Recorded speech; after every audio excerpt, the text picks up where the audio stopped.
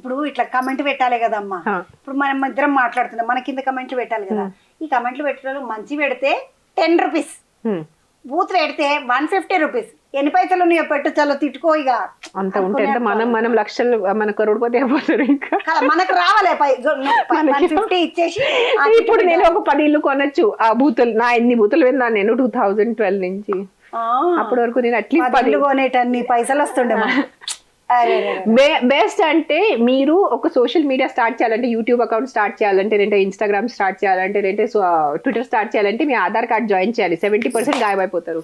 Tzu-ying అని గాయమైపోతారు. 70% add ఉంటారమ్మా. ఇవన్నీ కథలు కావా? అంతే ఒక రూల్ వస్తుంది, తొందర రూల్ వస్తుంది. గవర్నమెంట్ కూడా చూస్తున్నారు. ఒక ఇన్స్టాగ్రామ్ అకౌంట్ ఉంటుంది, దాంట్లోకి మన తిట్టుంటది, ఎవడి తిట్టిండు అని చూస్తాం కదా.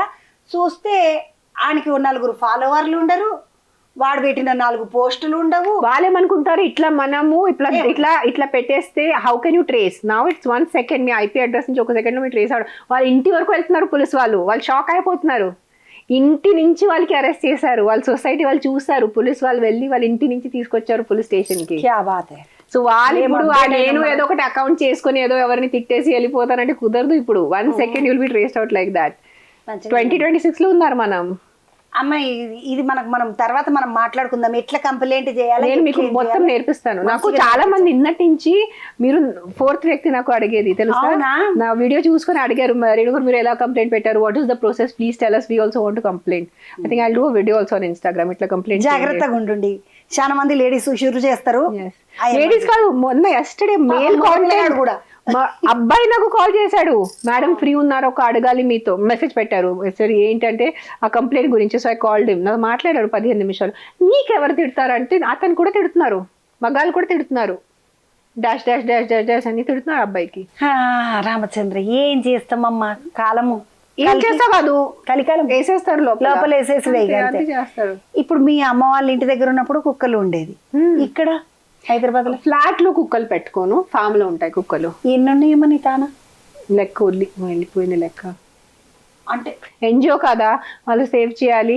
వాళ్ళు మంచిగా ఉంటే వాళ్ళు ఎక్కడ ఏ చోటు నుంచి మనం తీసుకొచ్చారు వాళ్ళు అక్కడ వదిలేస్తారు. కానీ కాళ్ళు లేని వాళ్ళు, నడుము మెరిగింది, కళ్ళు కనపడలేదు, అది ఫామ్ లో ఉంటారు. నీకు వచ్చే పైసలలో 70% పైసలు వీటి మీదనే ఖర్చు పెడతావు అంటారు కదా. ఏమేం చేయాలి ఇప్పుడు? ఇదిగోండి, నాకు ఇల్లు ఉంది, బండి ఉంది, కొన్ని నగలు ఉన్నాయి, బట్టలు ఉన్నాయి. నాకు 1.5 year అయిపోయింది, నేను కొత్త బట్టలు కొంట మానేశాను.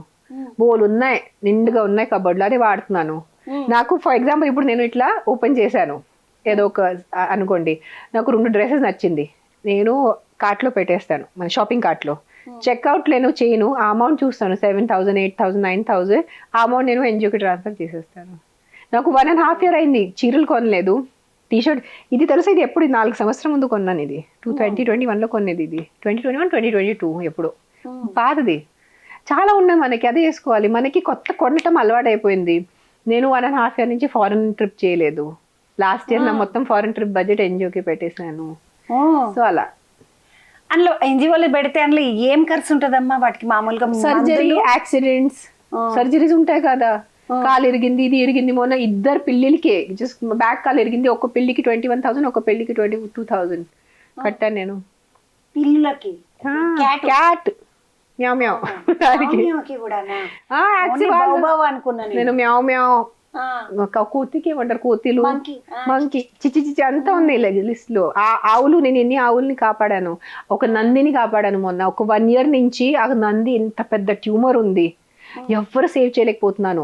నేను వేరే గోశాల వాళ్ళు చూసుకుంటానే వదిలేస్తే ఫైనలీ 2-3 రిపోర్ట్ చేశారు ఫోటోతో, బ్లాక్ నంది. నేను అట్లా సంకల్పం తీసుకున్నాను, ఇంకా నేను సచ్చిన ఒక వారం రోజులు ఆ నందిని నేను కాపాడతాను, ఎలాగైనా కాపాడతాను. నేను ఫౌండ్ అవుట్ కొన్ని గోశాలతో కాంటాక్ట్ చేసుకుని, బికాజ్ ఆ నందిని తీసుకెళ్ళడానికి బండి వేరే ఉంటుంది, చిన్న మన అంబులెన్స్ లో తీసుకెళ్ళడం కుదరదు. వాళ్ళతో మాట్లాడి రెస్క్యూడ్ హిమ్. ఇంత పెద్ద ట్యూమర్, సర్జరీ, మంచిగా ఉన్నాడు. బ్లాక్ నంది, నంది అంటారు నా తెలుగులో కూడా. ఎద్దు మేల్, ఆవుకి ఎద్దు, హిందీలో వి కాల్ హిమ్ నంది. నందియా, మంచిగా పేరు, దేవుని పేరు. నంది అంటే శివుని ముందట ఉంటాడు కదా. నంది భృంగి వాళ్ళు ఇద్దరు ఉంటారు. ఈ మూగజీవాలకు సంబంధించింది. పెద్దోళ్ళకు, అనాథ పిల్లలకి, అనాథ పిల్లలకి ఒక అనాథాశ్రమం నేను 2017 నుంచి వాళ్ళ టచ్ లో ఉన్నాను. సో బట్టలు, తిండి, వాళ్ళకి ఏదైనా ఉంటే మరీ అంత చేయను, కొంచెం కొంచెం చేస్తాను.